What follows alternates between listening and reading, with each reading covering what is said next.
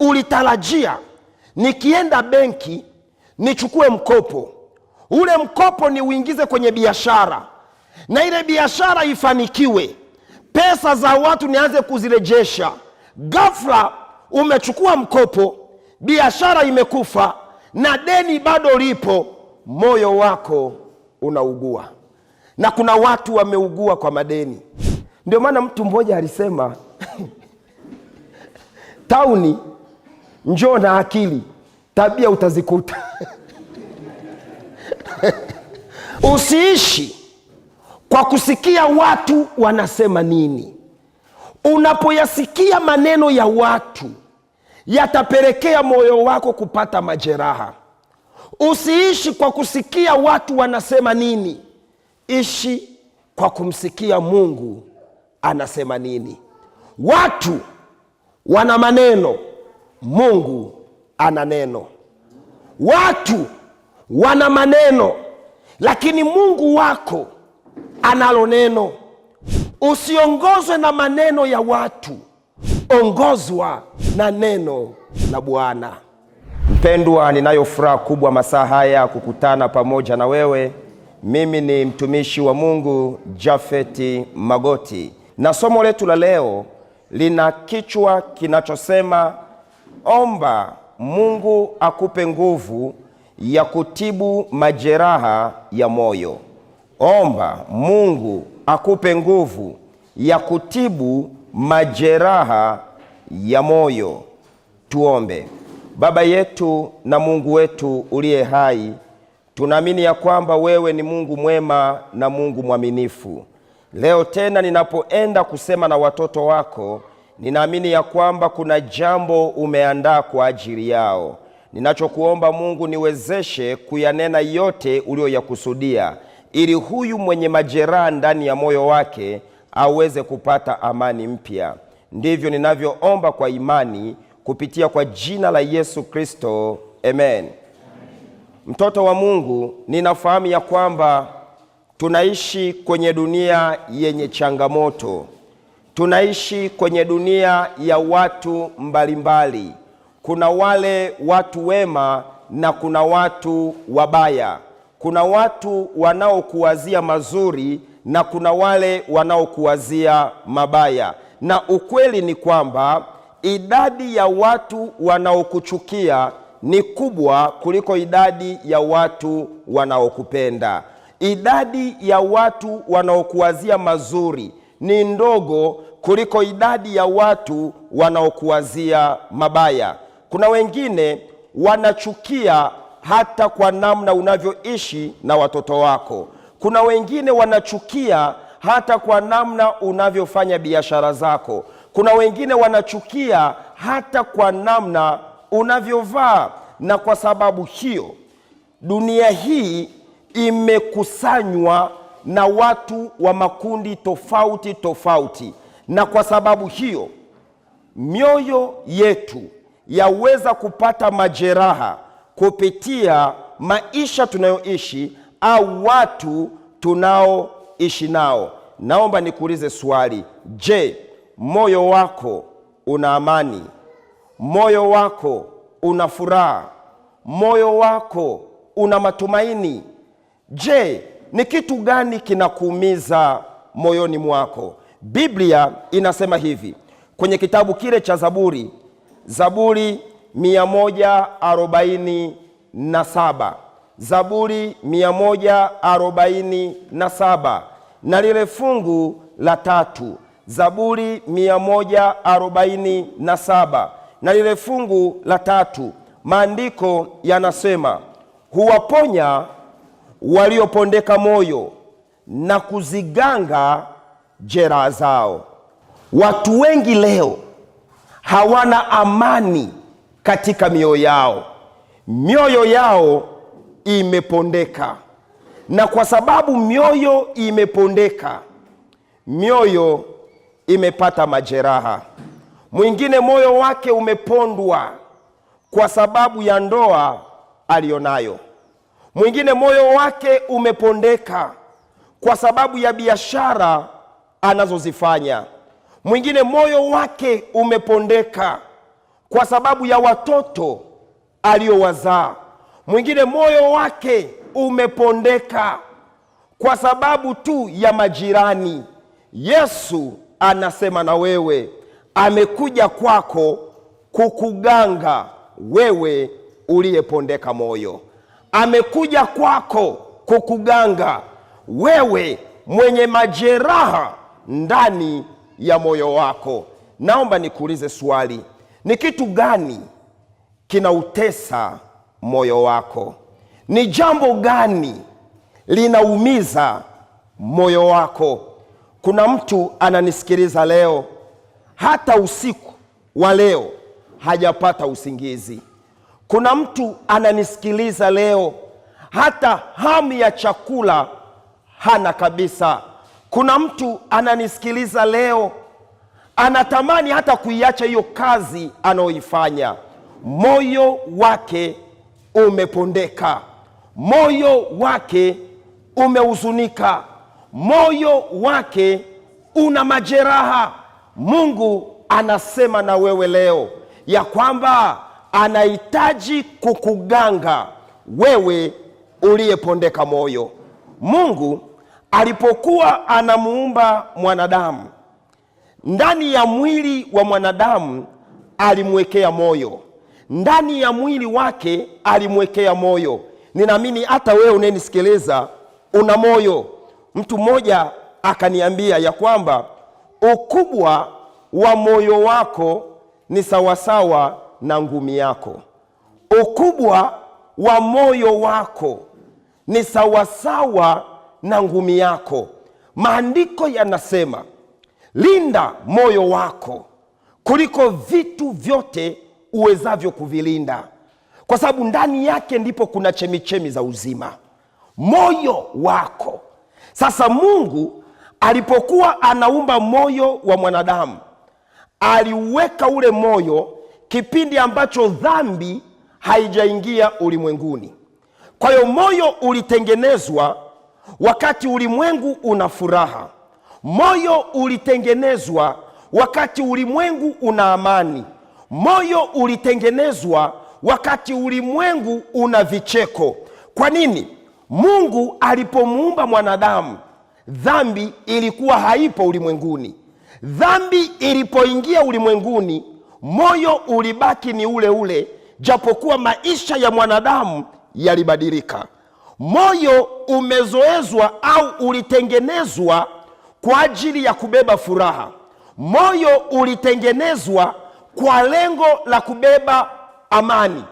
Baada ya dhambi kuingia, moyo unabeba vilio, moyo unabeba uchungu, moyo unabeba maombolezo, na kwa sababu hiyo moyo unapata majeraha, moyo unapata maumivu. Na leo ninaongea na mtu ambaye moyo wake umeumia. Mwingine moyo wake umeumizwa na marafiki. Kuna mtu ulimwamini kabisa, ukasema labda nikimpa hii pesa atanirudishia. Leo umekuwa ni ugomvi, moyo wako umeumia. Kuna mwingine moyo wake unaumizwa na watu ambao aliwasaidia, akawasaidia kabisa. Wale aliowasaidia leo wamegeuka kuwa maadui, moyo wake unaumia. Mwingine moyo wake unaumizwa na maneno. Kuna maneno ameambiwa, yale maneno yamemfedhehesha, moyo wake unalia. Mungu anasema na wewe, amekuja kukuganga wewe uliyepondeka moyo. Amekuja kukuganga wewe uliyepata majeraha ya moyo. Biblia inatufundisha sababu nyingi zinazopelekea mioyo yetu kuumia. Biblia inatupatia sababu mbalimbali zinazofanya mioyo yetu kuumia. Leo nitakutajia chache. Moja ni hii: pale ambapo unachokitarajia kinapokawia kufika, moyo wako waweza kuumia. Pale ambapo unachokitarajia kukipata kinapokosekana ndani yako kwa wakati, moyo wako waweza kupata majeraha.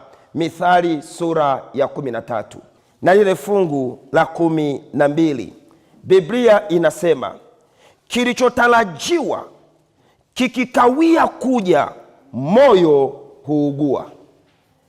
Kinachotarajiwa au kilichotarajiwa kikikawia kuja, moyo huugua. Mimi Magoti nataka kuamini kila mtu aliyeko hapa ana mambo anayoyatarajia. Kila mtu aliyeko hapa ana vitu fulani anatamani kuvipata. Unapozaa mtoto, unatarajia huyu mtoto wako awe mtu mwema. Unapopeleka mtoto shule, unatarajia huyu mtoto afaulu vizuri. Unapoenda kufanya jambo fulani, huwa unatarajia kitu fulani kizuri. Sasa Biblia inatuambia kile unachokitarajia kikikawia, moyo unaweza kuugua.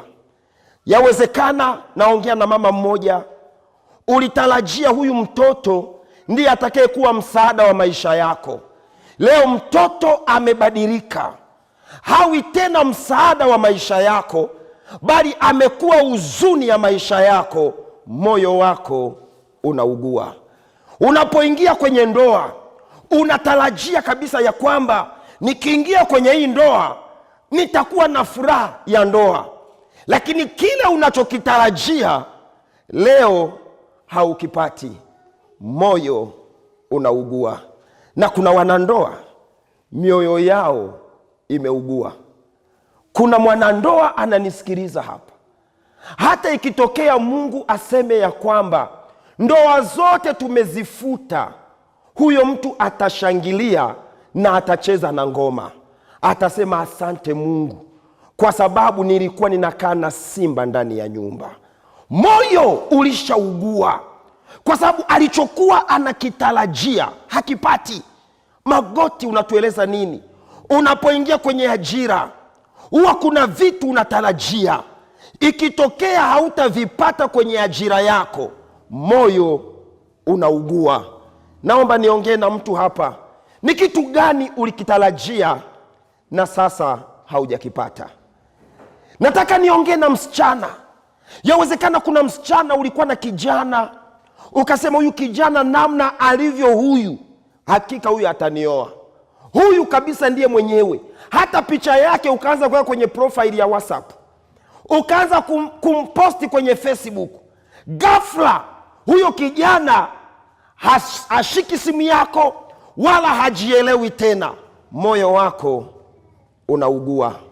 Moyo wako unaugua. Moyo wako unaugua. Kwa nini? Ulitarajia nikienda benki nichukue mkopo, ule mkopo ni uingize kwenye biashara, na ile biashara ifanikiwe, pesa za watu nianze kuzirejesha. Ghafla umechukua mkopo, biashara imekufa na deni bado lipo. Moyo wako unaugua. Na kuna watu wameugua kwa madeni. Msione watu wamependeza kanisani. Kuna watu wamekopa mpaka nipige tafu ya Vodacom. Kuna watu wamesongesha, Mfuruki ameniambia. Kuna watu wamesongesha, yaani ana madeni kila kona. Kwa nini? Alitarajia nikichukua pesa hii itanisaidia kwa jambo hili, nitairejesha. Lakini kile ulichokitarajia leo ukipati, moyo umeugua. Ngoja niwaambie kitu. Msione watu kanisani, kuna watu mioyo yao imeugua. Ndio maana mimi sasa hivi, mzee Mkenga, nikiwa nahubiri kanisani, nikiona mtu analala kanisani, simuamshi. Wengine usiku hawajalala. Wengine usiku hawajalala, ana ndoa ambayo ni majanga. Moyo umeugua. Yuko kanisani hapa kwa Bwana, acha aresti. Ndio maana ya Sabato, pumziko. Acha alale. Acha alale. Kwa nini? Wenzako mioyo imeugua. Moyo umeugua. hapati amani, hana amani huko anakolala. Akija kanisani, akisikia na kwaya inambembeleza, acha apumzike kwa Bwana. Jamani, Bwana asifiwe. Sikia, kile unachokitarajia kile unachokitarajia kikikawia, moyo unaugua. Kile unachokiwaza kikienda tofauti na matarajio yako, moyo unaugua. Naomba nikuulize swali, wewe ni jambo gani linaumiza moyo wako masaa haya? Ni jambo gani linautesa moyo wako masaa haya? Ni kitu gani ulikitarajia? Ni kitu gani ulikuwa unakisubiri lakini leo haujakipata? Moyo unaugua. Moyo unaugua kwa nini? Kwa sababu kuna mtoto wa ndugu yako ulimchukua, ukasema huyu mtoto acha akae nyumbani kwangu, acha nisaidie ndugu yangu naye aone ya kwamba na mimi nina sapoti mtoto wake. Ghafla mtoto yule ambaye ulitegemea angethamini mchango wako, leo yeye na ndugu zake wamegeuka kuwa maadui zako. Moyo unaugua. Moyo unaugua. Na hakuna kitu kibaya kama kuumizwa na uliyemsaidia. Hakuna kitu kinatesa kama yule ambaye ulidhani nikimsaidia hiki kitamsaidia, leo anageuka kuwa adui yako.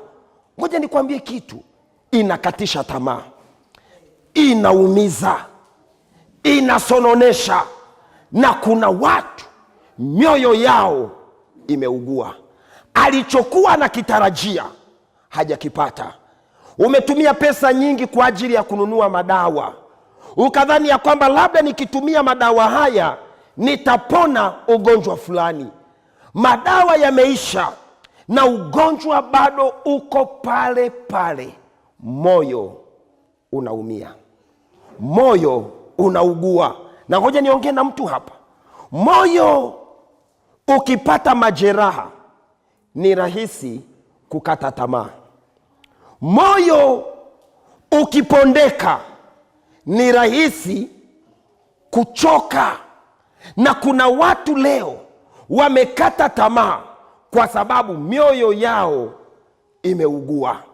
Alichokuwa anakitarajia hakipati. Unaamua kufunga na kuomba. Unasema sasa nafunga siku 7, ninaombea kitu fulani. Na ukimaliza maombi, ndio hali inakuwa mbaya kuliko zamani. Moyo unaugua. Naomba niwape story. Siku moja niliwahi kuumizwa moyo kwa kutapeliwa. Niliwahi kuumizwa moyo. Nilichokuwa na kitarajia kilipokosekana. Nikiwa natoka Dar es Salaam naenda Arusha, nimepanda basi. Nilipofika Arusha, nimeshuka kwenye basi, nimefunga tai kama mhubiri wa Injili. Nina begi langu. Nilikuwa na hela shilingi 30,000 kwenye mfuko wangu.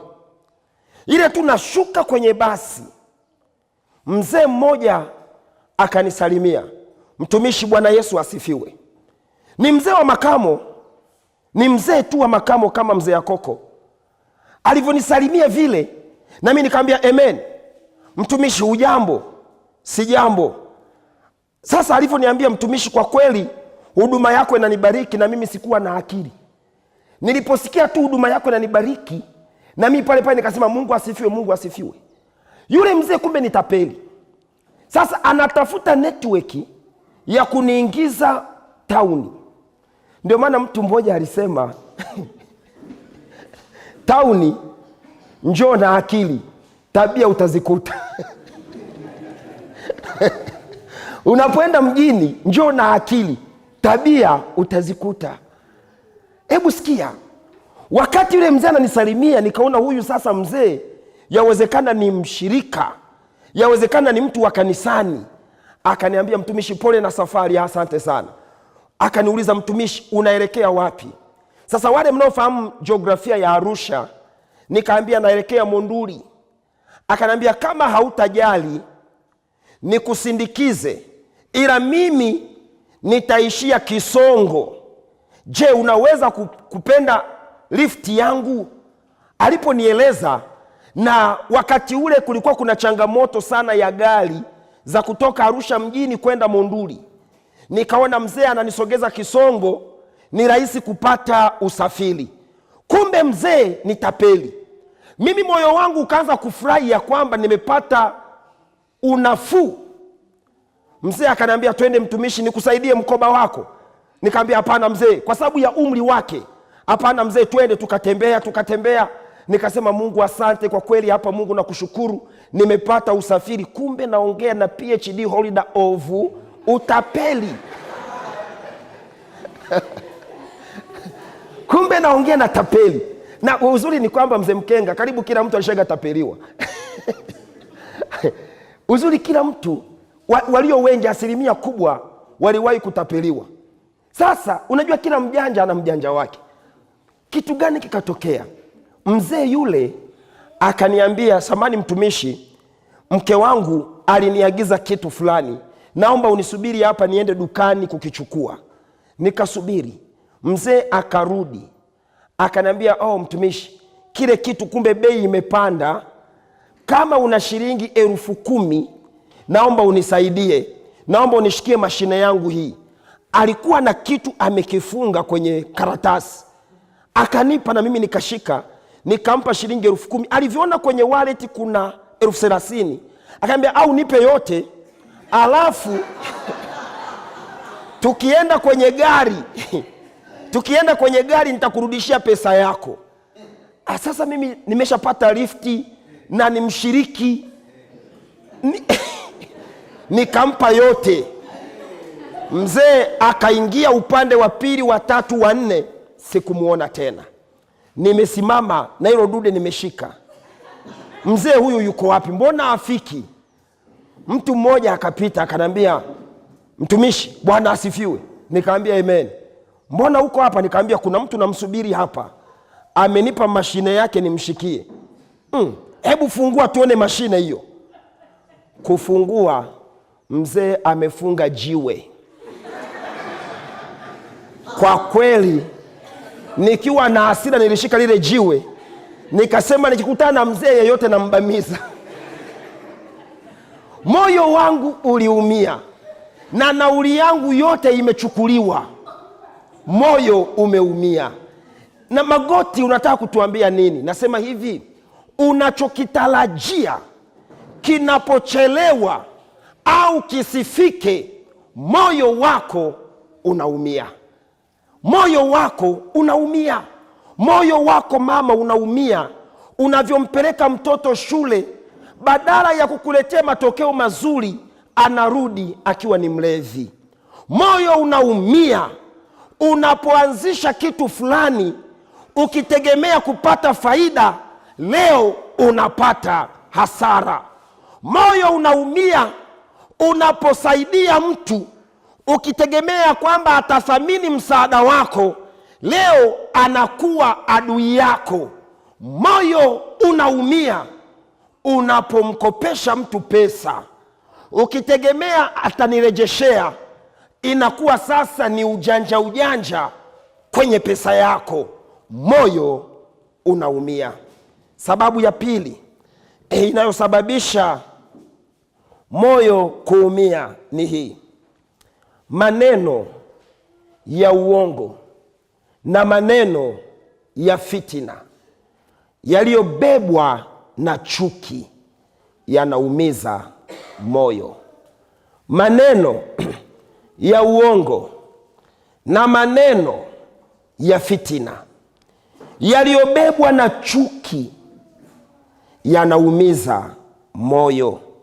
Mithali 15 na ile fungu la kwanza, Biblia inasema Mithali 15 na ile fungu la kwanza, jawabu la upole hugeuza hasira, bali neno liumizalo huchochea ghadhabu. Bali neno liumizalo huchochea ghadhabu. Ayubu 34 fungu la 6. Ayubu 34 na lile fungu la 6, maandiko yanasema, nijapokuwa mwenye haki, nimehesabiwa kuwa muongo. Jeraha yangu haiponyeki, nijapokuwa sina makosa.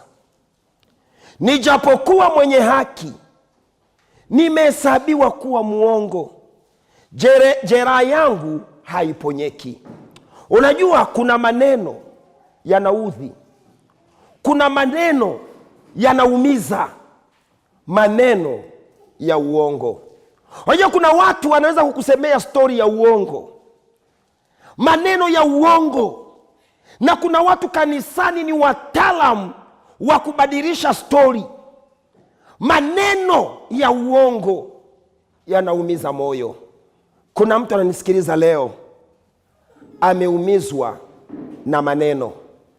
Kuna mtu ananisikiliza leo amepata jeraha kwenye moyo wake kwa sababu ya maneno.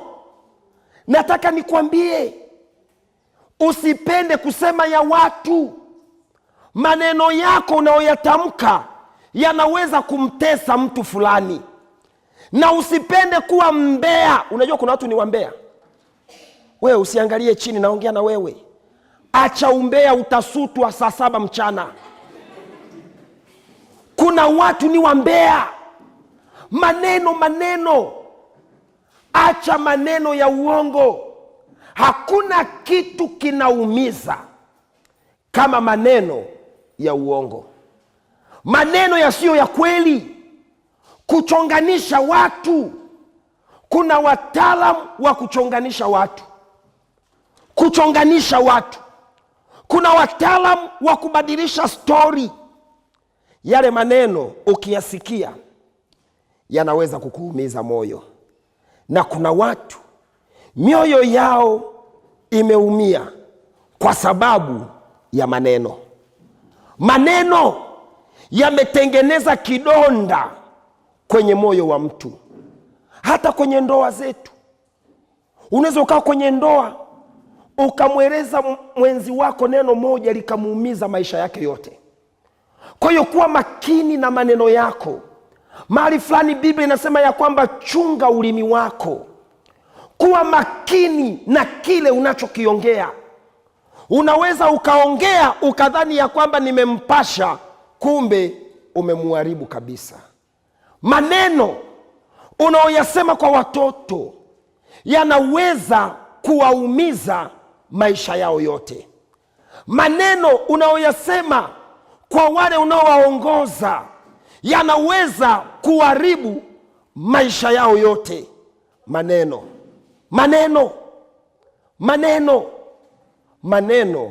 ya uongo. Hakuna kitu kibaya kama kusemewa uongo. Hata ofisini kwako anaweza akatokea tu mtu akakutengenezea stori ya uongo, na wengine wameadhibiwa kwa sababu ya maneno ya uongo. Kuna wengine leo wamehesabiwa ni wabaya kwa sababu ya uongo. Kuna wengine leo wamefukuzwa kazi kwa sababu tu ya maneno ya uongo. Naomba nikwambie mtoto wa Mungu, usipende kusema. Kuna wale watu lazima aongee uongo. Yaani asipoongea uongo anajiongopea mwenyewe. Yaani kuna watu lazima tu aongee uongo. We muongo, mbea, msengenyaji, naomba nikupe dawa leo. Ukiona kifua chako kimejaa, unataka kuongea uongo, nenda nyuma ya nyumba yako, chimba kashimo. Inama kwenye kale kashimo, ongea yote ya mfuruki pale, alafu yafukie. Usipende kusema ya watu. Kwanza ya watu unayasema yanakusaidia nini? Mbona ya kwako tunayajua kibao na tumenyamaza? Usipende kusema watoto wa watu. Usipende kusema ndoa za watu. Mbona ya kwako tunayajua kibao? Tukianza kuyasema hata kwaya hutaimba tena. Lakini tumenyamaza tu ili uendelee kuwepo kwa Bwana. Nataka nikwambie, maneno yanatesa moyo.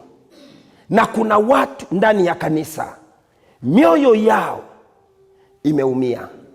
Kuna watu katika jamii mioyo yao imeumia. Sikiliza, Mithali sura ya 15. Mithali sura ya 15 na lile fungu la 4. Mithali sura ya 15 na lile fungu la 4, maandiko yanasema, ulimi safi ni mti wa uzima, bali ukorofi wa ulimi huvunja moyo. Ulimi safi ni mti wa uzima. Natamani kuanzia sasa Bwana akupe ulimi safi. Kuwa ni mtu wa kunena mambo mazuri. Maneno yako yanaweza kuvunja mioyo ya watu. Kuwa na ulimi safi kwa watoto wako. Kuwa na ulimi safi kwa mwenzi wako. Kuwa na ulimi safi kwa wafanyakazi wenzako. Usipende kuongea maneno ya uongo. Usipende kuongea maneno ya uongo. Maneno ya uongo yanaumiza moyo. Na hakuna kitu kibaya kama maneno ya uongo. Na wewe mtumishi wa Mungu, naomba unisikilize. Usiishi kwa maneno ya watu. Ishi kwa neno la Bwana. Usiishi kwa kusikia watu wanasema nini. Unapoyasikia maneno ya watu, yatapelekea moyo wako kupata majeraha. Usiishi kwa kusikia watu wanasema nini. Ishi kwa kumsikia Mungu anasema nini. Watu wana maneno, Mungu ana neno. Watu wana maneno, lakini Mungu wako analo neno. Usiongozwe na maneno ya watu, ongozwa na neno la Bwana. Ukiyasikia maneno, moyo wako utaumia. Ngoja nikwambie kitu, mzee Mkenga.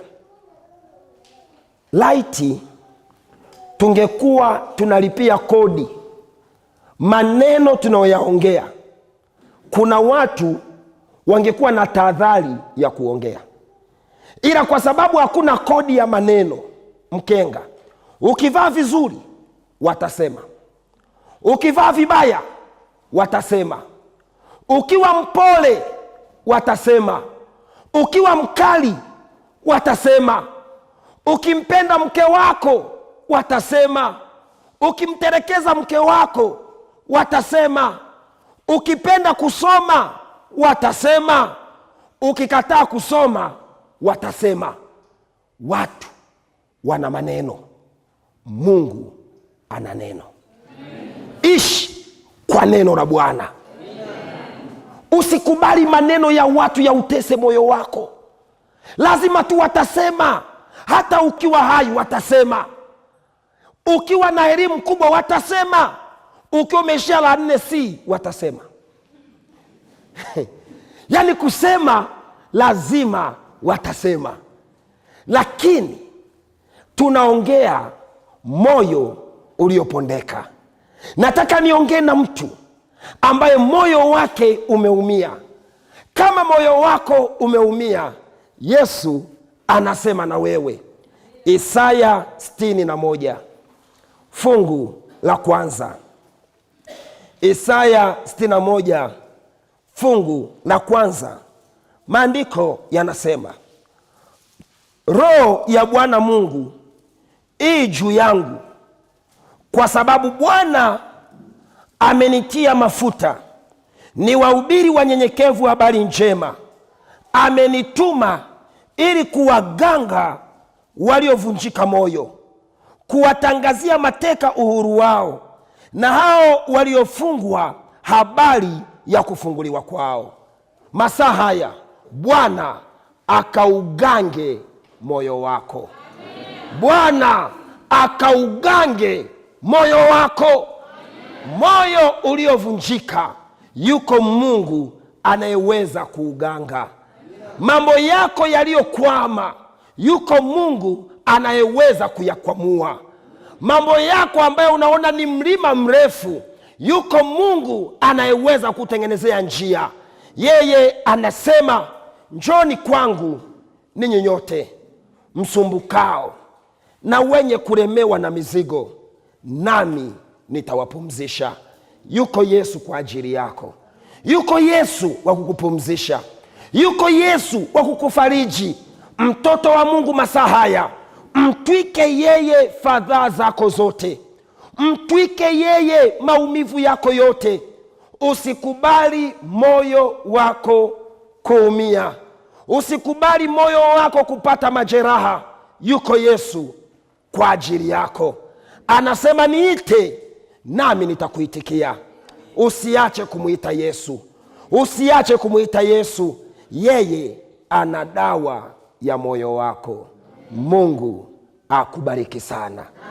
Mpendwa mtazamaji, yawezekana somo hili limegusa maisha yako.